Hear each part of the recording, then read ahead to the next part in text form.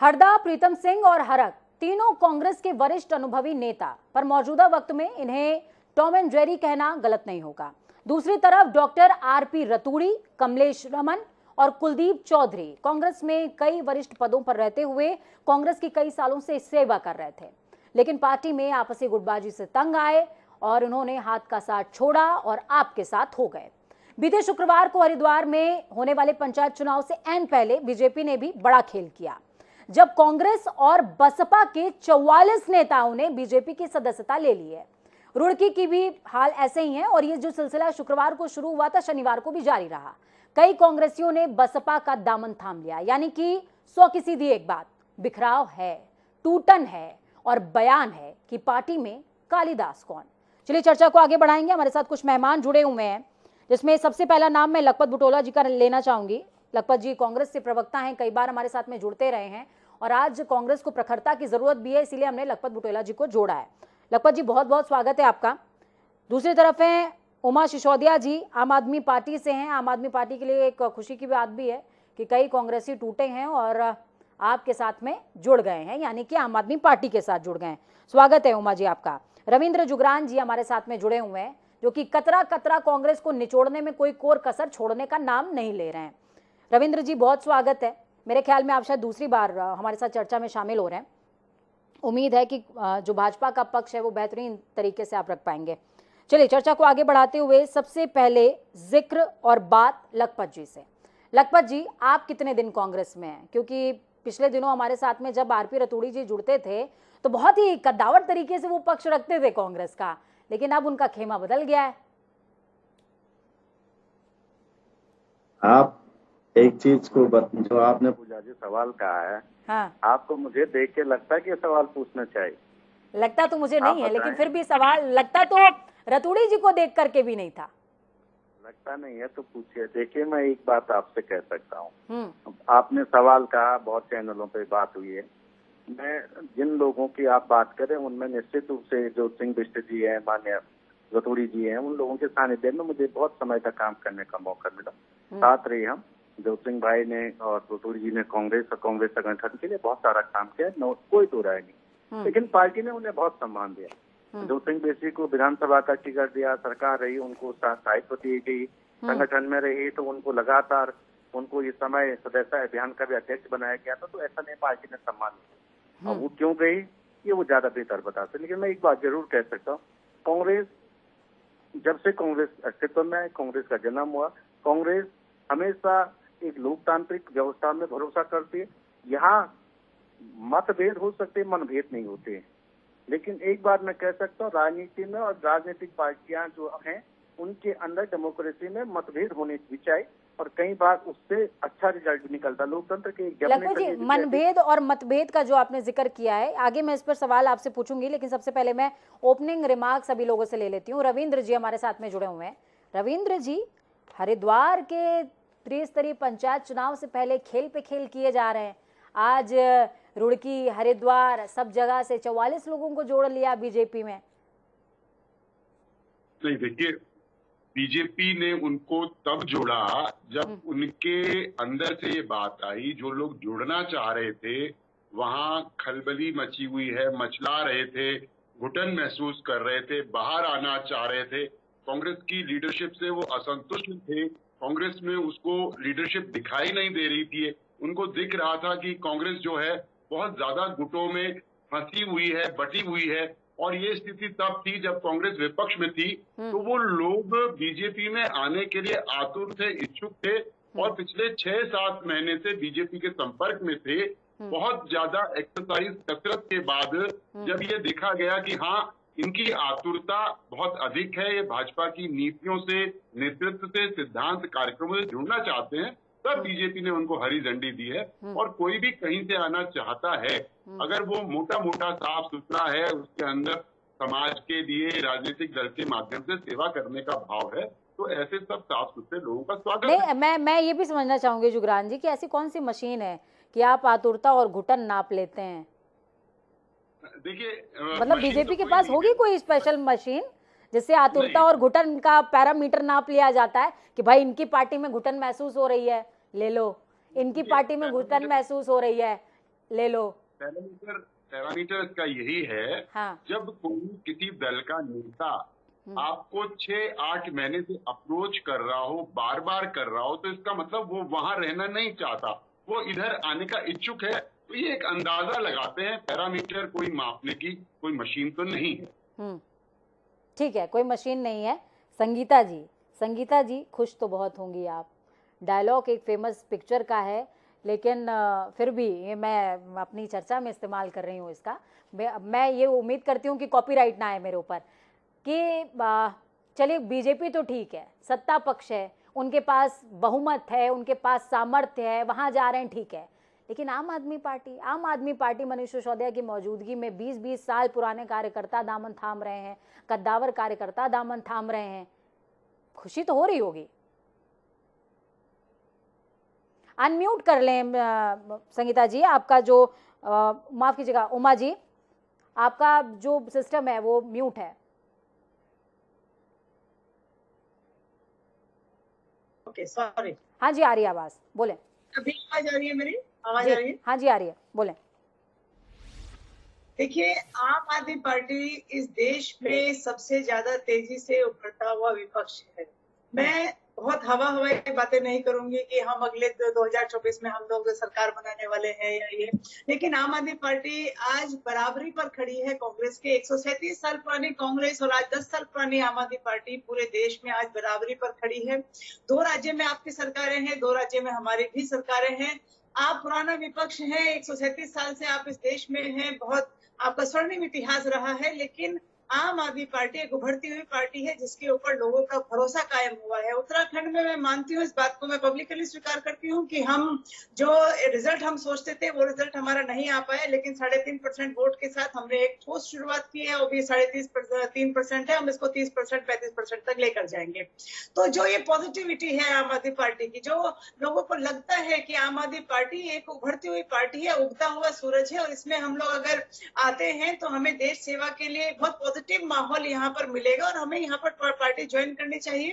कांग्रेस के साथ प्रॉब्लम ये है कि कांग्रेस अपने स्वर्णिम इतिहास की गाथा तो बहुत गाती है कि हमने ये किया था, हमने 70 साल यहाँ पर राज किया, हमने सबसे लंबे टाइम तक रहने वाले प्रधानमंत्री दिए और हमने इस देश की आजादी में भूमिका निभाई है। हम भी उनके स्वर्णिम इतिहास को याद करते हैं, लेकिन इतिहास से भविष्य नहीं चला करती, इतिहास से सिर्फ सीखें ली जाती है। और कांग्रेस, सबसे बड़ी मुसीबत यह है कि कांग्रेस अपने इतिहास से सीखने के लिए राजी नहीं है। कांग्रेस के पास आज एक वो मजबूत लीडरशिप सेंटर की नहीं है जो पूरी कांग्रेस को एक साथ बांध कर रख पाए। इंदिरा जी के टाइम, नेहरू जी के टाइम, गांधी जी के टाइम, वो जो पहले कांग्रेस थी उस टाइम के नेतागण और आज राहुल जी और प्रियंका जी में वो बात नहीं है कि इतनी बड़ी कांग्रेस को पूरे देश में एक साथ एकजुट कर पाए।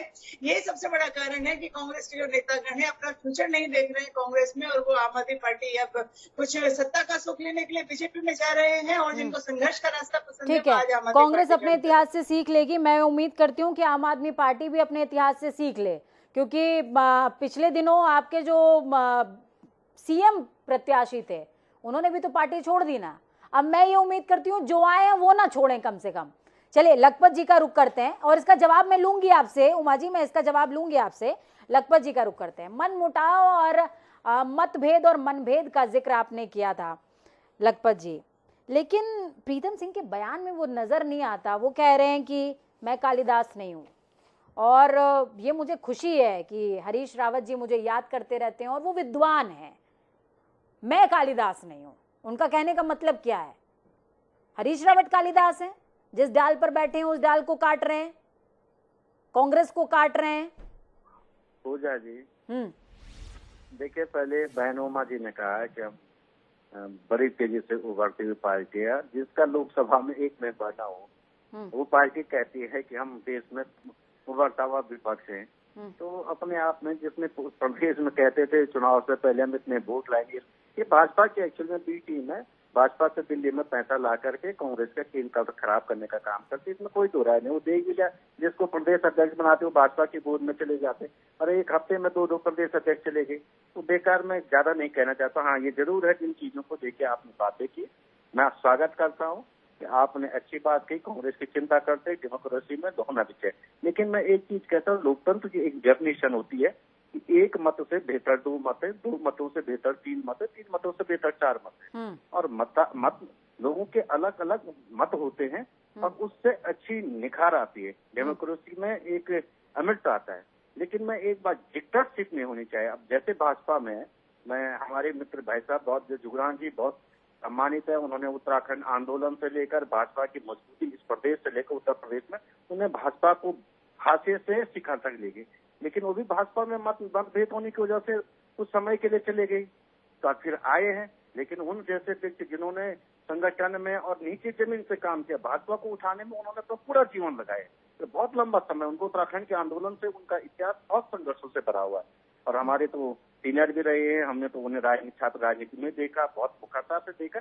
लेकिन कई बार ऐसा परिस्थितियां होती, कुछ लोग जाते हैं और फिर आ भी जाते। हाँ, मैं ये आपसे कह सकता हूँ कि भाजपा की कोई डिक्टेटरशिप नहीं कि हमारे जुगरान जी को पता न हो कि शाम को मुख्यमंत्री कौन बनने वाला है, सुबह कौन बदल जाए। मुख्यमंत्री अपना बजट भाषण बदल रहा हो, थोड़ा देर में बदल जाए। यहाँ आकर के पता ही नहीं चलता, हरा हुआ दोबारा मुख्यमंत्री बन जाए।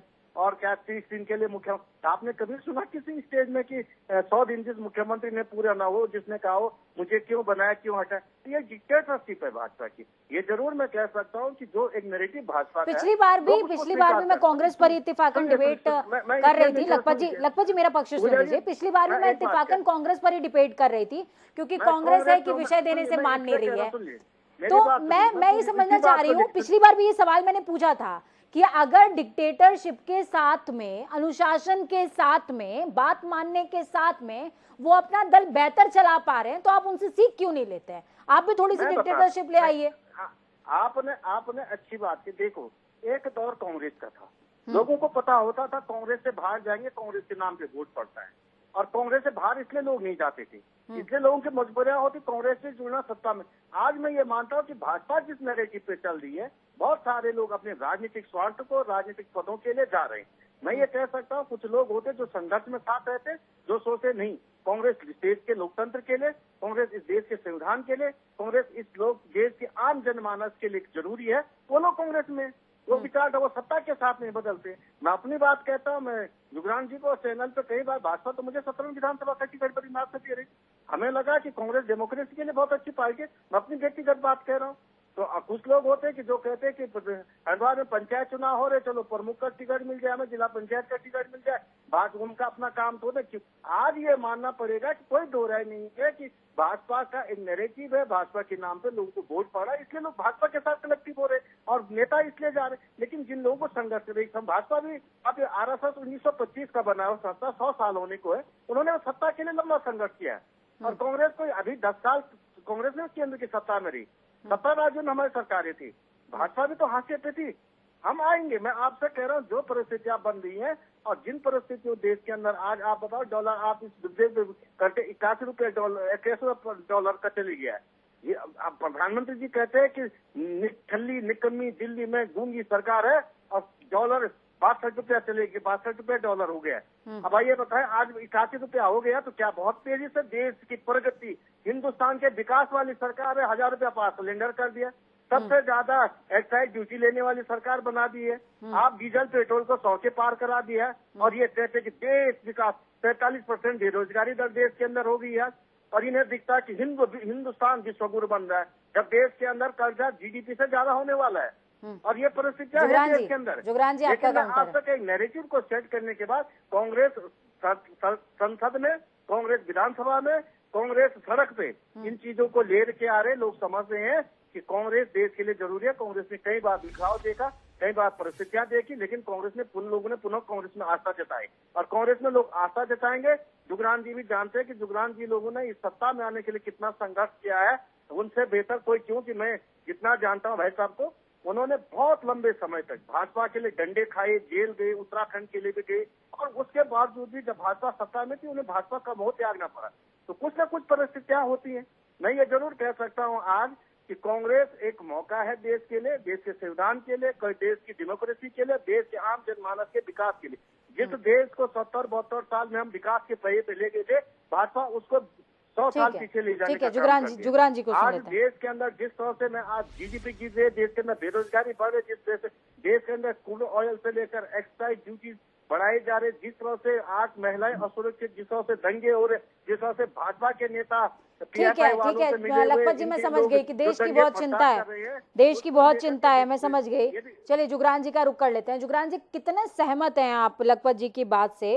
हालांकि ये बात बहुत अच्छी है लखपत जी की, मैं इस बात को सराहती हूँ, और जब वो मेरी चर्चा में बैठते हैं तो मुझे खुद भी बहुत अच्छा लगता है कि ये अपने विपक्षियों का भी सकारात्मक पक्ष देखते हैं और उम्मीद अपने तरफ नहीं छोड़ते कि अगर उन्होंने कर लिया तो हम भी कर लेंगे। जुगरान जी। पूजा जी, देखिए, मैं व्यक्तिगत रूप से भी हृदय से चाहता हूं और भारतीय जनता पार्टी भी यही चाहती है कि एक मजबूत, सशक्त, निष्पक्ष, निडर, जो भयभीत ना हो विपक्ष, वो देश को चाहिए, हमारे राज्य को भी चाहिए। रहने तो दीजिए, रहने तो दीजिए जी, रहने तो दीजिए। लखपत जी भी हंस रहे हैं, लखपत जी भी हंस रहे हैं। हम किसी को पकड़ के बाड़े में नहीं ला रहे हैं। लोगों की अगर इच्छा है, कहीं गुंजाइश है, तभी कोई आता है और तभी लाया भी जाता है। वो आम आदमी पार्टी के रूप में विपक्ष हो, कांग्रेस के रूप में विपक्ष हो, वो ममता बनर्जी के रूप में विपक्ष हो, तो बीजू जनता दल के रूप में विपक्ष हो, एक सशक्त विपक्ष की हर राज्य को और देश को निरंतर आवश्यकता है। अभी भी है, पहले भी थी और आगे भी रहेगी। दूसरा, लखपत जी ने जो बात कही, निश्चित रूप में सत्ता से लोग जुड़ते हैं, स्वार्थों के लिए भी जुड़ते हैं। ऐसा संत और साधु बहुत कम रह गए हैं जो केवल नीति सिद्धांत के लिए जुड़ रहे हों। निश्चित रूप में आज भारतीय जनता पार्टी सत्ता में है और भारतीय जनता पार्टी अपने सबसे अच्छे स्वर्णिम काल में चल रही है, तो लोग जो है स्वार्थों से जुड़ते हैं, पर सभी नहीं जुड़ते और सभी इस उद्देश्य से नहीं आते। कुछ लोग विचारधारा से भी आते हैं, कुछ लोग जो है पार्टी के नीति कार्यक्रमों के आधार पर भी आते हैं। लेकिन मैं यही कहूंगा कि उत्तराखंड की हम बात करें, लेकिन मैं एक पक्ष समझना चाहूंगी। आपने कहा कि सत्ता पक्ष की तरफ सभी आकर्षित होते हैं, लेकिन उमा जी हमारे साथ में बैठी हुई हैं, कई लोग आम आदमी पार्टी में भी गए हैं, कई लोग आम आदमी, आप ही से सवाल है मेरा लखपत जी, कई लोग आम आदमी पार्टी में भी गए हैं, वहां पे कौन सा सत्ता का लोभ है? जी, मैं आप आवाज आ रही है मेरी? जी आ रही है जी। पूजा जी, मैं आपसे एक उदाहरण मैं आपको कह सकता हूं कि हमारे पास सबसे अच्छा पॉलिटिकल एग्जाम्पल जुगरान जी है। मैं क्योंकि उन्हें व्यक्तिगत बहुत समय, देहरादून के अंदर जब भाजपा को कोई कार्यक्रम करना था, कोई उनको धरना प्रदर्शन करना हो, कोई बाजार बंद करना हो, तो केवल और केवल जुगरान जी के भरोसे इनके मंत्री और विधायक तक रहते थे। इसमें कोई छुपी हुई बात नहीं। तो ऐसे लोग कम हैं जो जुड़े रहते हैं और एक शिखर तक ले जाते पार्टी को। मैं पुनः कह रहा हूं आपसे कि कई बार मैं विशेषकर मैं व्यक्तिगत रूप से कहता हूं, ज्योतिष बिष्ट जी, डॉक्टर आरपी रतूड़ी जी मेरे बहुत सम्मानित साथी रही है, बहुत उनके साथ मैंने काम किया, लेकिन बहुत जल्दी देखिए वो कांग्रेस में वापस ये करेंगे। तो एक समय होता है आदमी नाराजगी दिखाता, कई बार परस्ता, लेकिन कांग्रेस ने उनको बहुत सम्मान दिया, इसमें कोई दो राय नहीं। हाँ, मैं ये कह सकता हूँ आप बहुत देर से हाथ रेज़ कर रही हैं जी।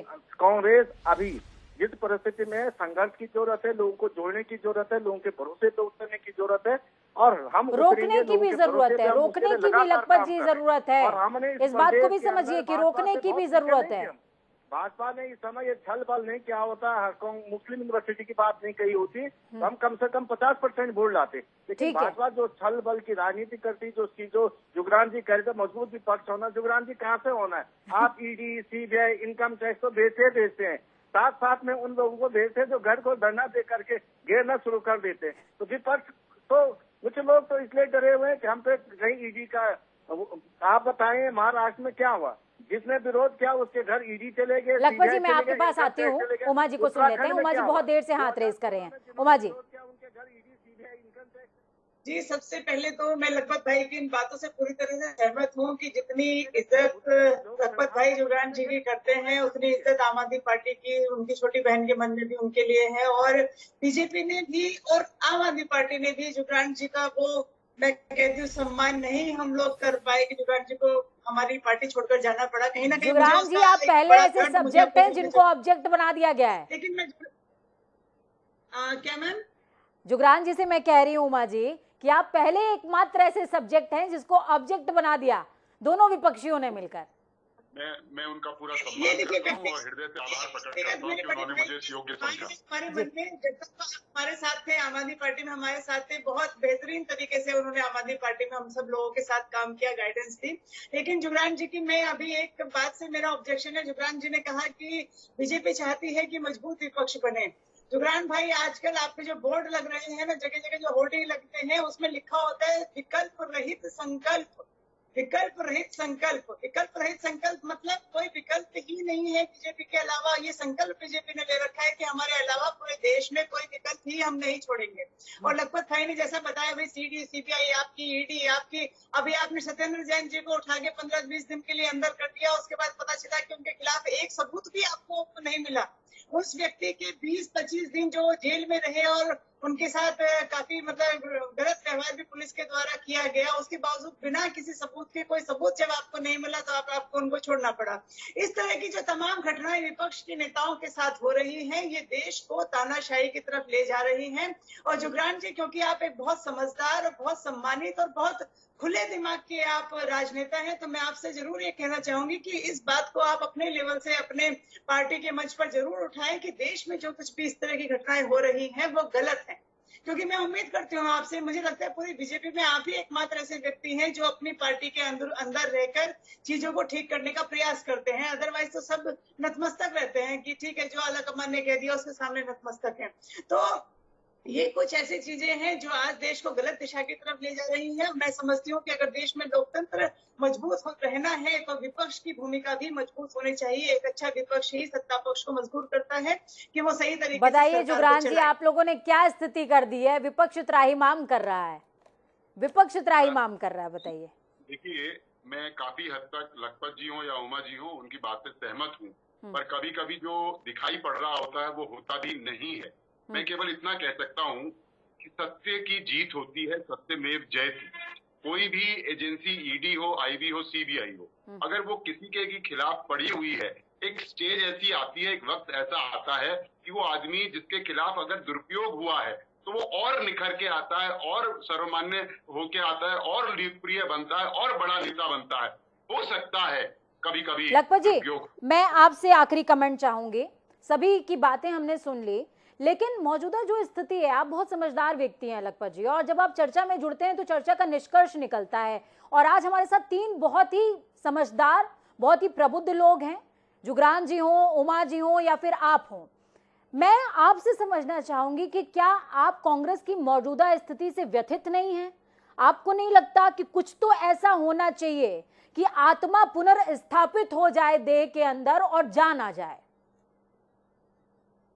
आप निश्चित रूप से, मैं एक बात कह सकता हूं कि देखो, किसी भी घर में हो, परिवार में, जब कोई बात थोड़ा विपत्ति होती है तो हर कोई चाहता है कि इसका समाधान, तो समाधान के लिए लोग कई रास्ते निकालते हैं। मैं ये जरूर कह सकता हूं कि पूरे देश के अंदर, और आज विशेषकर जब सुनने में आता है, कई परिस्थितियां होती हैं और विपक्ष के रूप में कांग्रेस को जो काम मजबूती के साथ करना चाहिए, कुछ लोग, आपने देखा होगा मध्य प्रदेश की जो घटना थी, मैं एक चीज उदाहरण छोटा इसलिए दे रहा हूँ कि हमने सिंधिया जी को क्या नहीं दिया पार्टी ने, लेकिन वो भी ईडी, सीबीआई और इनकम टैक्स से डर गई और उन्होंने केंद्रीय मंत्री बनाया। हमने तो उन्हें 6 साल में केंद्रीय मंत्री बना दिया था, जनरल सेक्रेटरी पार्टी का बनाया। इससे ऊपर पार्टी तो कुछ दे नहीं सकती ने। ये तो व्यक्ति का भी दूसरे राज्य में मत जाइए लखपत जी, दूसरे राज्य में मत जाइए क्योंकि समय बहुत कम है। मैं मौजूदा उत्तराखंड के अंदर कांग्रेस की बात कर रही हूँ।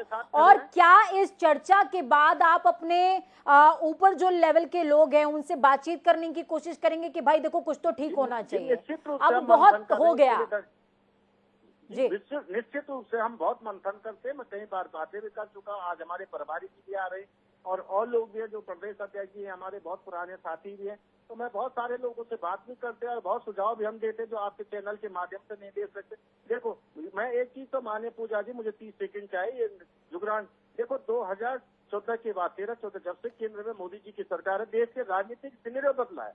देश में राजनीति करने का जो एक ढर्रा था 50-60 साल का, तो ढर्रा पूरी तरह से चेंज हो गया है। और उसके अंदर हमें तेजी से पलटने के लिए बीजेपी ने जिस तरह से नैरेटिव चेंज किया है, लोग इतनी तेजी से और पार्टी करवटें नहीं बदल पाई। और मैं ये कह सकता हूँ कि इस दौड़ के लिए तैयार रहने के लिए और पार्टी को उस चीज के लिए कदम उठाने पड़ेंगे जो आज जनता सुनना चाहती है, जो देश और प्रदेश की जनता करना चाहती है। एक छोटा सा उदाहरण, उत्तराखंड की सरकार केवल और केवल कांग्रेस इसलिए नहीं बना पाई कि भाजपा के बूथ स्तर के कार्यकर्ता से लेकर माननीय प्रधानमंत्री तक की एक झूठ बोल के हरीश रावत जी ने कहा मुस्लिम यूनिवर्सिटी बनाएंगे, जिनके विरुद्ध आज तक मैं कहता देश का प्रधानमंत्री तक कितना झूठ बोलते हो, तो इससे पहले कभी नहीं होता था। आपने बहुत प्रधानमंत्रियों को देखा होगा और इनके बूथ स्तर के कार्यकर्ता। चर्चा अब अलग दिशा में जा रही है, प्रधानमंत्री तक पहुंच रही है। बहुत शुक्रिया आप तीनों ही लोगों का हमारे साथ जुड़ने के लिए, इस चर्चा को बेहद खास और अहम बनाने के लिए। तो इस उम्मीद के साथ कि लखपत बुटोला जी हमारे साथ में जुड़े, रविंद्र जुगरान जी जुड़े और उमा सिसोदिया जुड़ी, जिन्होंने बहुत खास बिंदु आपके साथ साझा किए हैं। और एक हेल्दी डिबेट ये थी जिसमें निकल करके ये सामने आया कि वाकई कांग्रेस को अपनी आत्मा पर काम करने की जरूरत है। हमें भी अच्छा नहीं लगता, हम बार बार कांग्रेस का विषय लेकर के आते हैं, उसी पर डिबेट करते हैं, लेकिन कांग्रेस है कि मानती नहीं, कांग्रेस है कि भारत छोड़ो तो करना चाहती है, भारत जोड़ो तो करना चाहती है, माफ कीजिएगा, भारत को जोड़ना चाहती है, उसकी बिखराव से व्यथित है, लेकिन अपने बिखराव से उसके अंदर चिंता, उसके अंदर चिंतन नहीं होता, उसके अंदर ये टूटन नहीं पैदा होती कि भाई हमारे लोग कैसे छूटते जा रहे हैं, टूटते जा रहे हैं, हमसे बिखरते जा रहे हैं, वो कैसे वापस आए, उनको कैसे पुनर्स्थापित किया जाए, देह के अंदर आत्मा कैसे पुनर्स्थापित की जाए। तो सोचने का वक्त है, सोचिए और समझिए और पुनर्स्थापना कांग्रेस की कर पाएंगे। वक्त छोटे से ब्रेक का है, ब्रेक के उस पार खबरों का सफर लगातार जारी, बने रहिए जनता टीवी के साथ, क्योंकि हमें आपकी ताकत, अपना और अपनों का बहुत ज्यादा ख्याल रखिए। नमस्कार।